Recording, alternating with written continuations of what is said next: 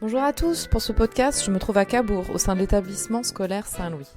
Je vous partage pour ce podcast les expériences de Camille et Léo, élèves de 5e et éco-délégués dans leur collège, sous la supervision de M. Cardozo, gestionnaire de l'institution Saint-Louis. Les éco-délégués jouent un rôle essentiel pour la mise en œuvre de la transition écologique. Ils ont pour mission essentielle de porter des projets à construire collectivement, être ambassadeurs auprès des services et des responsables des instances de l'établissement ainsi que des partenaires extérieurs, restituer les actions menées, contribuer à leur évaluation et à leur valorisation, transmettre des informations et des connaissances à leurs camarades. Ces missions sont vouées à s'articuler autour d'enjeux écologiques comme limiter la consommation d'énergie, protéger la biodiversité, éviter le gaspillage alimentaire, réduire, trier les déchets et s'engager contre le réchauffement climatique. Alors, je suis Monsieur Cardozo Mathieu, je suis le gestionnaire de l'institution Saint-Louis à Cabourg depuis le 1er juillet 2019. Nous avons lancé les éco-délégués en avril 2020, au début du challenge QBES, c'est un challenge national en partenariat avec l'ADEME. Donc c'est ce qui a vraiment lancé chez nous les éco-délégués. Donc je suis le gestionnaire et le référent des éco-délégués. Nous avons commencé au départ à seulement 5 ou 6 éco-délégués. Les premières choses qu'on a mis en place sont surtout le projet phare, sont l'éco-pâturage. Oui. Donc on a commencé pour un petit peu une phase de test à louer juste la parcelle derrière notre collège qui est 300 mètres carrés. Oui. Pour voir un petit peu comment ça se passe. Donc on a commencé à 2 moutons via une société. Oui. Ça a tout de suite plu aux parents et aux enfants, au personnel au GEC, aux enseignants, à tout le monde. Ouais. Clairement, ça a plu à tout le monde. Moi, en tant que comptable et gestionnaire, ça m'a aussi plu sur le point financier, parce que ça coûte moins cher qu'un paysagiste. Bah oui. Déjà, écologiquement, c'est mieux, et je trouve que c'est agréable de... C'est mon petit rituel le matin quand j'arrive. Je vais souvent voir s'ils vont bien et si je vois leur petite bouille. Oui. Donc, on a commencé par une petite parcelle, donc ça a tout de suite plu. Donc, très vite, après, j'ai rappelé le prestataire et j'ai demandé à agrandir la parcelle. Donc là, maintenant, les moutons, ils ont en tout 800 mètres carrés de pelouse qui leur sont dédiés, qui naviguent d'un endroit un petit peu plus isolé, où les élèves ne peuvent pas les déranger, mais ils ont aussi un accès dans la cour. Donc les élèves ont accès directement aux moutons dans la cour. Bien sûr, c'est clôturé. Hein. Mais les élèves chez nous font un football, ils sont à côté des moutons ou qui jouent dans la cour, ils ont accès aux moutons. Donc ça a été pour nous, c'est un gros projet phare. Ça a été bien sûr au départ une recherche de prestat. Est-ce que nous on les achète en interne, mais du coup il y a des frais de vétérinaire, comment on fait s'ils sont malades. Donc on a vite réfléchi avec les éco-délégués de trouver des sociétés. Et après en toute honnêteté c'est un peu un effet de mode l'éco-pâturage. Donc on n'a pas eu de mal. Après on a commencé surtout à avoir un contact avec une entreprise sur Paris. Je trouvais ça un peu dommage. Donc on s'est dirigé vers un petit agriculteur qui est dans la Manche, que j'apprécie beaucoup, Monsieur Varin, qui travaille pour nous et d'autres écoles aussi, d'autres gros lycées, mais aussi pour les bailleurs sociaux. Ouais.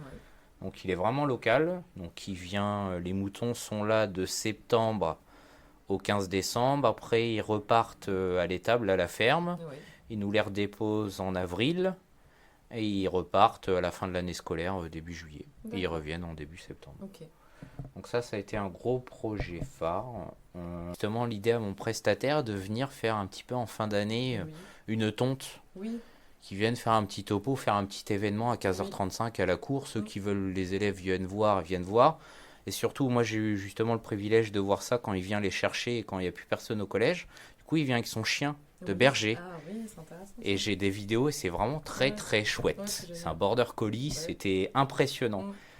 Là où par contre j'y vois aussi des bénéfices pour l'éco-pâturage et les petits moutons, n'est que mon avis, hein, mais les élèves un peu timides ou en retrait, au tout début des moutons, on voyait toujours un petit groupe de 3 élèves qui étaient un petit peu plus isolés, c'était un peu les gardiens du mouton.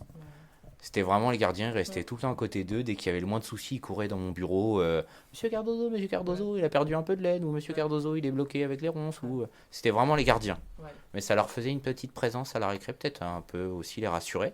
Donc je pense que ça a aussi un plus pour les élèves, en tout cas. En tant que tout ce travail qu'on peut faire au niveau de la médiation animale pour C'est ça. certains enfants qui seraient peut-être ou un peu plus sensibles ou un peu plus isolés, ça peut être super intéressant. On a fabriqué avec les éco-délégués, j'ai oublié de vous préciser, on a fabriqué leur abri. D'accord. Ok. On a fabriqué leur abri un mercredi après-midi sur le temps bénévole de mes élèves, sur leur temps libre. Bah, c'est ce qu'ils m'expliquaient, qu'ils viennent le mercredi, ils sont ravis de faire ça. C'est ouais, on fait des petites activités le mercredi après-midi. Ouais. Et on a fabriqué leurs 2 abris. On a fabriqué un abri dans leur espace un peu plus isolé pour être au calme, et on leur a fabriqué un abri aussi côté cour. D'accord. Ils ont 2 abris pour se mettre à l'abri. Ouais, et puis avec tout un aspect pédagogique de... C'est ça, et puis on a fait pareil dans une démarche écologique. On a fait qu'avec de la récup. Ouais. J'ai rien acheté, le toit ça a été récupéré chez un agriculteur. Les palettes à droite à gauche, les parents ou l'écurie à côté. Ouais, ok, super. Quelles sont les autres actions que vous menez en faveur de l'environnement ?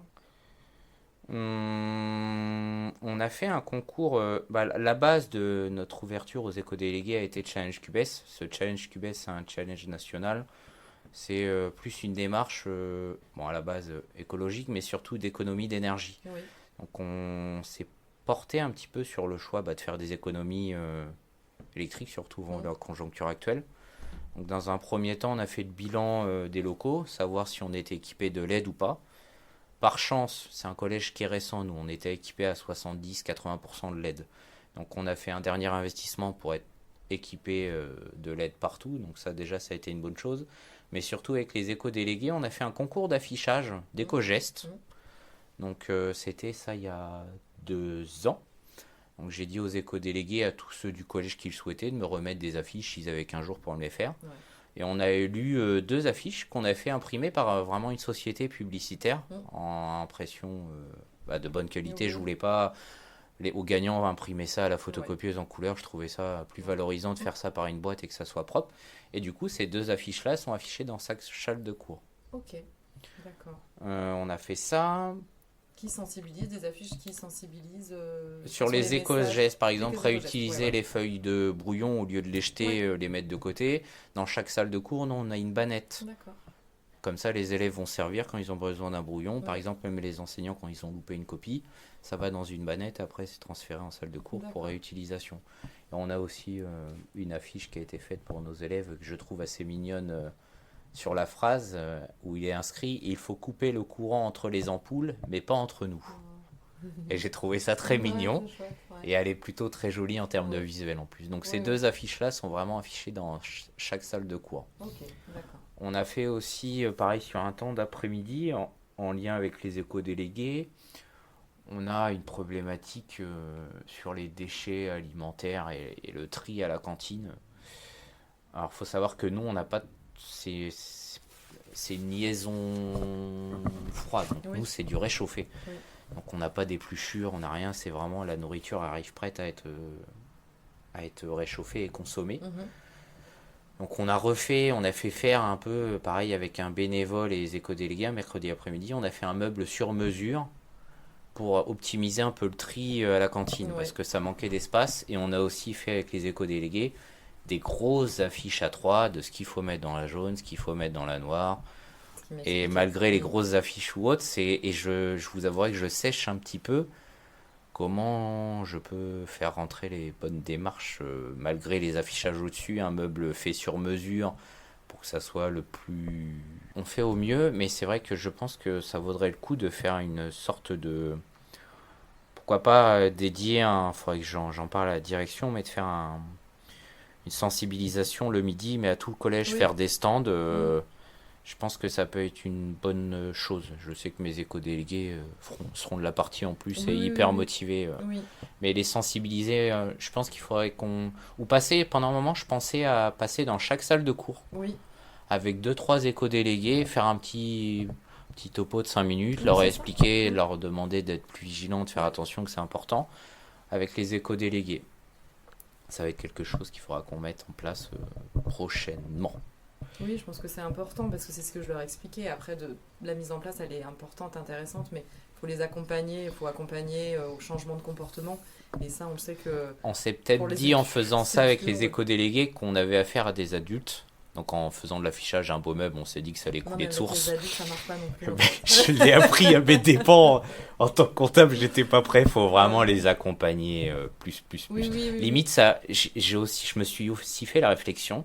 C'est pendant 15 jours. Après, c'est peut-être pas, je sais pas trop si c'est faisable ou pas, mais de laisser un éco-délégué pendant une semaine tous les midis à côté des Oui, je poubelles. leur ai dit. Pour un peu dire non, c'est pas Non, là. mais Corriger le coup, tir. Gentiment, oui, leur Voilà, aider, gentiment, mais les en aider. plus, c'est de la pédagogie entre eux. Oui. Je me dis que ça peut être pas mal. Je donne maintenant la parole à Camille et Léo, les éco-délégués. Moi, c'est Camille. Oui. Et je suis en 5e pasteur au collège Saint-Louis de Cabourg. D'accord. Et donc, tu as quel âge? J'ai 13 ans. Et toi? Moi, je m'appelle Léo, je suis en 5e pasteur comme Camille Ouais. et j'ai 13 ans. Très bien. Alors, moi j'ai envie que vous me racontiez un petit peu ce que vous faites ici dans votre collège, à part évidemment les cours et les enseignements. Qu'est-ce que vous faites en faveur de l'environnement? Racontez-moi un peu. En début d'année, en fait, on a eu une réunion, ceux qui voulaient être éco-délégués, et on a dit qu'on voulait être éco-délégués pour protéger l'environnement du collège. Qu'est-ce qu'on fait quand on est éco-délégué? On essaye d'améliorer le collège. Ouais, Là, on a des moutons. par exemple, d'accord. Donc, ça c'est un des projets, les Ouais. moutons. On les a déjà. D'accord, ok. Et qu'est-ce qu'on fait avec les moutons? Là, on est en train nettoie leur de enclos. nettoyer leur enclos. Déjà, juste me demande pourquoi ils sont là ces moutons. C'est parce que sinon on avait de l'herbe en friche. Ouais.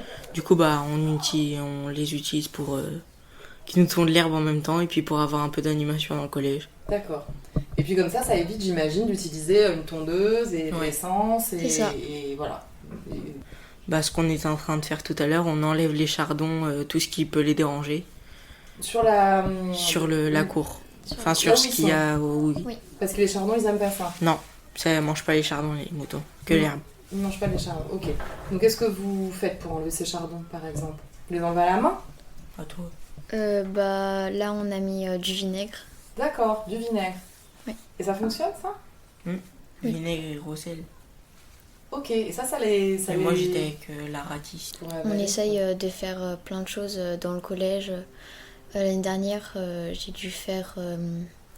dû passer 2 fois devant la classe pour présenter d'autres choses qu'on avait mis en place. Et ils s'en fichent complètement aussi. Donc, Pourquoi ils s'en fichent, je On crois? a mis... parce que Du coup l'année dernière j'étais pas avec toi mais sinon parce que l'année dernière je faisais pas les éco-délégués. Mais du coup cette année je me suis dit oui. Et ils avaient fait des poubelles avec Oui. des affiches papier, plastique et la poubelle bleue poubelle pour le normale, papier, ouais. poubelle jaune pour ce qui est Le jaune plastique, et ouais. le noir le reste. D'accord. J'imagine que vous pouvez me préciser que la problématique, c'est justement de faire changer les comportements. Oui. C'est pas évident. Comme là à la cantine on avait prévu de du coup monsieur Cardozo au début de l'année il avait dit on va mettre en place en fait c'est un agriculteur qui vient chercher c'était toutes les semaines ou toutes les 2 semaines la nourriture pour donner à ses animaux et en fait on peut pas ils mélangent trop. Mélanger. D'accord. Est-ce que vous avez essayé de réfléchir pour essayer de les convaincre un peu plus ou là vous vous En sentez un fait, peu on démunis? essaye de faire au maximum pour On avait tout les fait élèves pour, ils changent. Ouais, c'est alors, selon vous, en tant qu'éco-délégué, de quelle façon, à part, est-ce que vous avez d'autres, on dit des leviers, par exemple, d'autres leviers pour pouvoir sensibiliser? Vous passez dans les classes, qu'est-ce que vous avez fait d'autre? Qu'est-ce que vous avez organisé d'autre? On montre l'exemple au maximum. Comment On Vous avez combien d'éco-délégués là, dans le collège?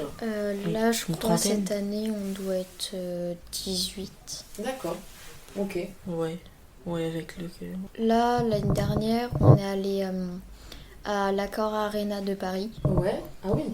Et du coup, on a vu ce qu'ils faisaient comme activité. Par exemple, il y avait les vélos qui rechargent les téléphones. Ah oui. Alors, qui c'est qui fait ça? C'est d'autres éco-délégués en France, non? C'est des petites entreprises. Ah oui, d'accord, ok. Et est-ce que tout ça, vous pourriez peut-être le mettre en place au sein de votre établissement? Après là, On vous donne des idées, mais après... Après on a plein d'idées, mais Ouais, aussi on a le problème plein c'est d'idées, que on a très peu de budget. Et du coup les supports des poubelles, c'est de la seconde main. D'accord. C'est des anciens sols de terrasse Ok. de Super. chez des gens. Et Ouais. on passe aussi à des mercredis après-midi sympas à peindre, à bricoler, à mettre en place. D'accord. Donc en dehors des heures de collège, finalement. C'est ça. Oui, parce que qu'est-ce qu'il vous reste comme temps pour travailler sur Mercredi après-midi? Ouais. Donc, au lieu, entre guillemets, d'aller peut-être faire du sport ou autre chose, vous, votre truc, c'est d'aller justement travailler sur des projets en faveur de C'est ça. l'environnement. C'est génial. Franchement, c'est super. Comme là, mercredi après-midi, enfin pas là, pas hier, mais la semaine prochaine, on va continuer à couper les chardons, les pulvériser et tout. D'accord.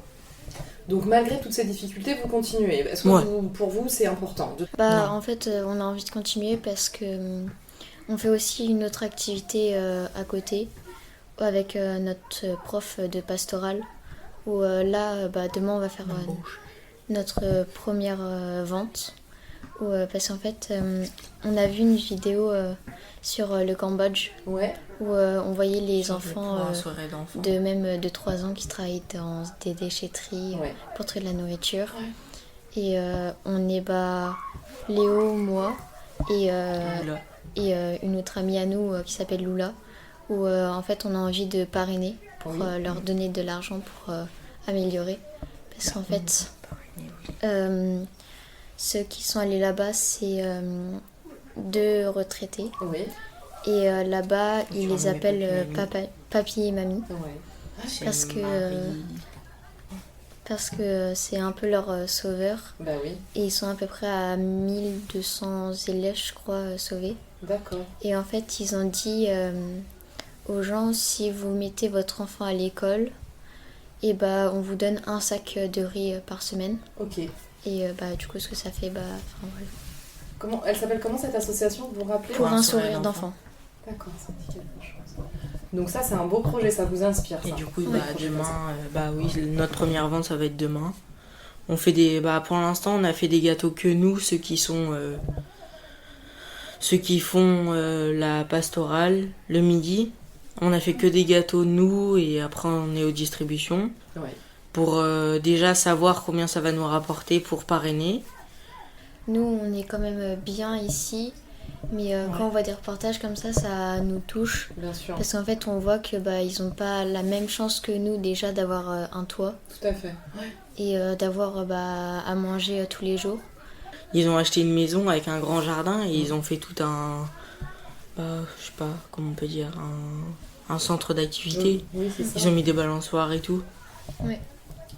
Est-ce que ça vous donne envie aussi d'aller de vous impliquer et peut-être pour des associations, de devenir bénévole, pareil, de vous engager à l'image de ce projet, pourquoi pas?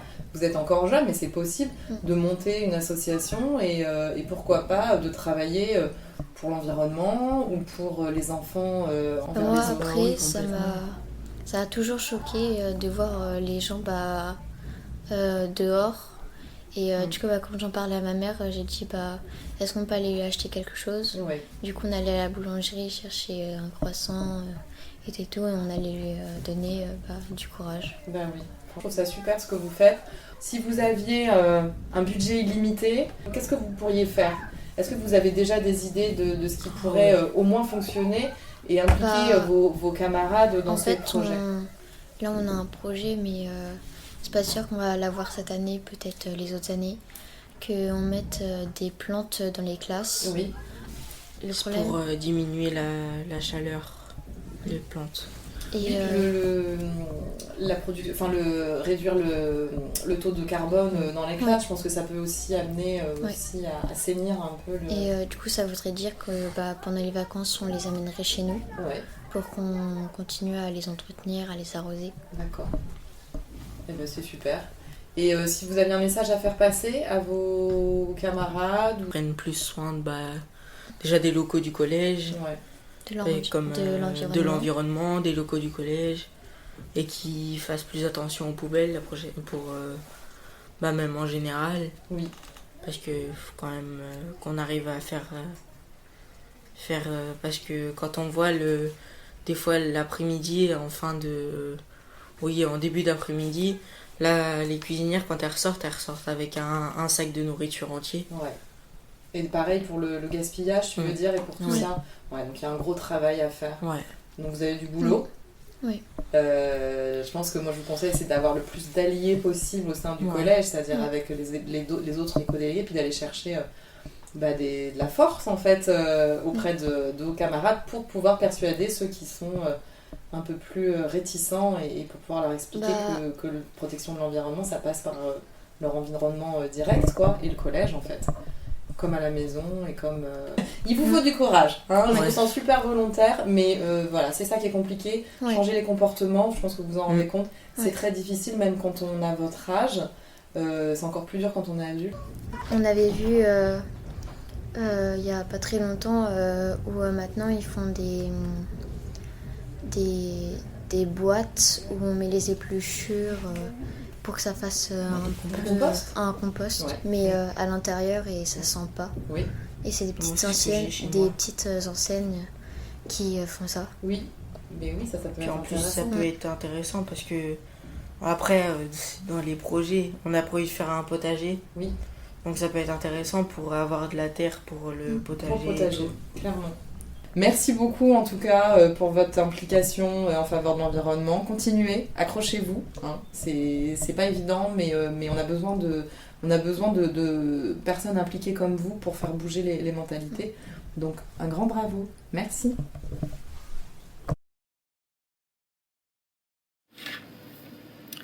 Mathieu Cardozo, gestionnaire de l'établissement, reprend la parole. Vous avez aussi vos éco-délégués qui sont hyper investis, on l'a vu juste avant.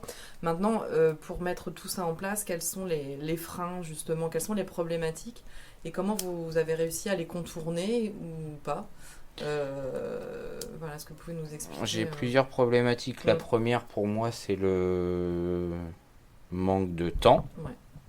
Pour moi et peut-être de soutien aussi d'autres collègues. Mais l'une des plus grosses problématiques pour moi, c'est les financements. Clairement, j'ai pas de budget. Oui. J'ai plein de projets en tête avec mes élèves, mais j'ai pas les finances. Donc, on avance comme on peut en fait, à notre échelle. Mais on pourrait, ils débordent d'idées. Je déborde d'idées. Oui, ils en ont plein. Mais on n'a pas les fonds qui vont avec. D'accord. Donc on réfléchit à comment on pourrait se financer une petite cagnotte, vraiment un budget propre aux éco-délégués. Ensuite, pour moi, c'est les deux plus grosses problématiques que j'ai. Moi, j'ai la chance d'avoir là cette année 16 éco-délégués. Ils sont pleins d'entrain, pleins d'envie. Quand je propose des activités, par exemple l'enclos des moutons là, la semaine prochaine, je vais leur demander si ça les intéresse de venir nettoyer parce qu'on a infesté de chardon.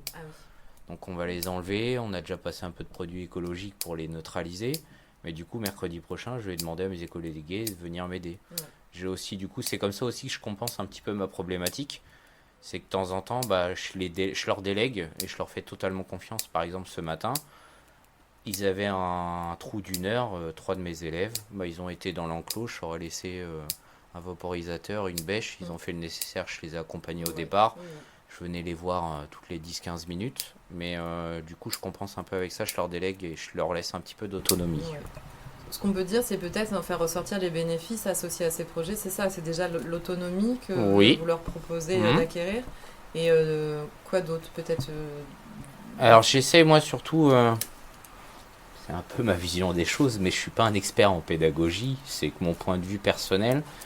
Déjà, je tiens à leur donner confiance en eux et à bien les valoriser. Surtout la confiance en soi, surtout à cet âge-là, je trouve qu'on en manque cruellement. Moi, le premièrement, quand j'y étais à cet âge, et je trouve ça très important. Donc, je pense bien à valoriser. Et dès qu'on se lance dans quelque chose, on a fait différents projets que je peux vous énumérer, mais c'est pas moi qui passe les coups de téléphone ou autre, c'est eux qui les appellent. D'accord. Et je suis là à côté d'eux à les appeler. On avait pour projet, c'était qu'un projet, mais nos restes alimentaires, de les revendre à des associations ou de les vendre à 1 euro le plat pour des associations ou pourquoi pas les déchets alimentaires, appeler les agriculteurs du coin, savoir si vous voulez venir les prendre pour leurs cochons, leurs bêtes. C'est les élèves qui ont appelé. Ouais.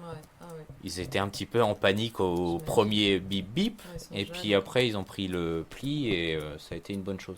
Je leur laisse beaucoup d'autonomie, on se rencontre un petit peu, on fait des réunions à peu près tous les mois quand j'ai le temps. Là c'était pas trop le cas, ça fait bien 2-3 mois que j'ai pas eu le temps de les voir, les pauvres. Mais souvent je commence la réunion pour déjà leur demander comment ils vont et savoir comment ça va, mais après je leur dis qu'est-ce que vous avez envie de faire en fait. Je suis pas là à leur amener, c'est eux qui m'apportent les idées et je les aide à... C'est eux qui les mettent en place. Bon, faut pas les écouter tout le temps parce que sinon ils voudraient qu'on ait des girafes. Oui, ils veulent d'autres animaux, comme on dit. Ils voudraient limite que je fasse une écurie ou je sais pas quoi. Mais pendant un moment, je trouvais l'idée plutôt pas mal. Faire des poules, un poulailler. Aussi pour manger nos déchets alimentaires avec quelque chose de bien. Mais après, on a regardé ensemble la législation. Une poule, c'est 4 mètres carrés, je crois 4 ou 5 mètres carrés par poule. Donc, il fallait un bel enclos. C'est ce que j'avais cru voir. Après, on n'a pas creusé. Mais j'ai tendance, oui, à... Je les laisse faire, en fait. Je leur dis, ils sont grands. Hein. J'ai tous les niveaux dans les éco-délégués. J'ai de la 6e à la 3e. Et je leur laisse me proposer des idées et après moi je leur réponds si c'est viable ou pas. Et après on fait ensemble. Et vous accompagnez. Après bien sûr avec l'accord de la direction haute. Là on a un gros projet qui nous tient à cœur, que ce soit à moi ou aux éco-délégués. C'est installer des plantes vertes dans les salles de cours. Ça améliore le cadre. Ça capture le CO2, donc ils vont pas avoir de perte de concentration. C'est plein de bénéfices. Et surtout le cadre de travail dans une salle de cours. Moi j'aurais adoré être au collège et voir des plantes vertes. J'en ai dans mon bureau. Oui, non mais ça change tout. Et je trouvais ça sympa. Mais on avait déjà réfléchi justement à l'organisation. Pendant les vacances, c'est les éco-délégués. Chaque éco-délégué repart avec sa plante qui doit gérer de A à Z pendant les vacances et la ramener le jour de la reprise. Donc ça, je trouvais ça vraiment pas mal, mais je retourne sur la même problématique. De financement. Le financement. Oui. Est-ce que vous voulez rajouter quelque chose par rapport à tout ça ? Alors, on n'a pas parlé forcément peut-être de futurs projets que vous aimeriez mettre en place. Est-ce que vous voulez en parler ou alors on s'arrête ? Alors, les futurs projets qu'on veut mettre en place, donc les plantes d'intérieur. Et là où on a un gros projet avec mes éco-délégués, c'est la gestion des déchets alimentaires. Ça devient une obligation. Oui. Mais on a des problématiques vu que nous, c'est de la liaison froide. Pendant un moment, on a pensé à un compost, mais clairement, moi, avec mon self que j'ai aujourd'hui, je peux pas, ça sert à rien de faire un compost. On a pensé à envoyer nos déchets à des agriculteurs, mais les agriculteurs ont pris un peu panique en termes de normes d'hygiène. On a appelé des associations pour qu'ils viennent rechercher nos restes alimentaires pour les distribuer. Ça passe pas parce qu'il y a un problème de normes d'hygiène. Très bien, donc encore beaucoup de travail et beaucoup de projets, mais une belle énergie, une belle motivation. Tout à fait. Et on avait aussi, pourquoi pas, un souhait, les éco-délégués, c'est eux qui ont soumis ça, de faire venir des ruches. Oui. Donc on a commencé à contacter des apiculteurs. Mais pour l'instant, on ne sait pas trop, pareil, d'un point de vue légal ou pas, est-ce qu'on peut installer une ruche dans un collège. On a un toit plat, donc je me suis dit au-dessus. Mais la problématique que j'ai, si des guêpes rentrent en salle de cours au beau jour, ça va être la panique, donc ça va perturber. Les abeilles. Oui, pardon. Merci. C'est gentil de me corriger. Va falloir vous renseigner un peu avant. C'est pour ça que je veux rencontrer des apiculteurs. Mais du coup, je trouve ça chouette, mais ça pose des questions. C'est pareil, ça se réfléchit et ça s'étudie. Tout à fait. En amont. D'accord. Juste, on va conclure. Ce que j'aime bien demander, c'est aux personnes interviewées, ce sont leurs aspirations. Qu'est-ce qui vous fait lever le matin ? Qu'est-ce qui fait que vous venez bosser En toute honnêteté, alors je suis comptable, c'est pas ma comptabilité. Ouais. C'est les enfants. D'accord. Ouais, les enfants. Jamais j'aurais pensé travailler dans le domaine des enfants. J'ai eu la chance d'arriver ici et je pense qu'aujourd'hui je pourrais plus m'en passer. D'accord. Je pourrais plus repartir dans une entreprise privée classique. J'aurais beaucoup de mal. Ouais, c'est une richesse. Hein. Ça apporte. C'est valorisant. Ça me permet de rester jeune dans ma tête et ça j'y tiens. C'est vraiment un vrai plaisir. C'est pas facile tous les jours. Mon bureau il est au collège. C'est des adolescents. On est tous passés par là. Hein. Et non, c'est pour moi, ouais, les enfants. c'est un vrai bonheur. Ok. De voir leur petite bouille le matin, ouais, vraiment. Ouais. Super.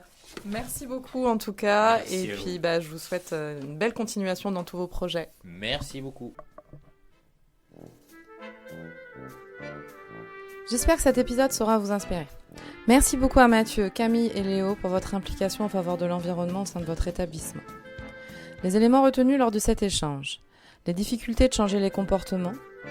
La valorisation des jeunes est un élément clé du projet. Leur donner des responsabilités pour les faire grandir.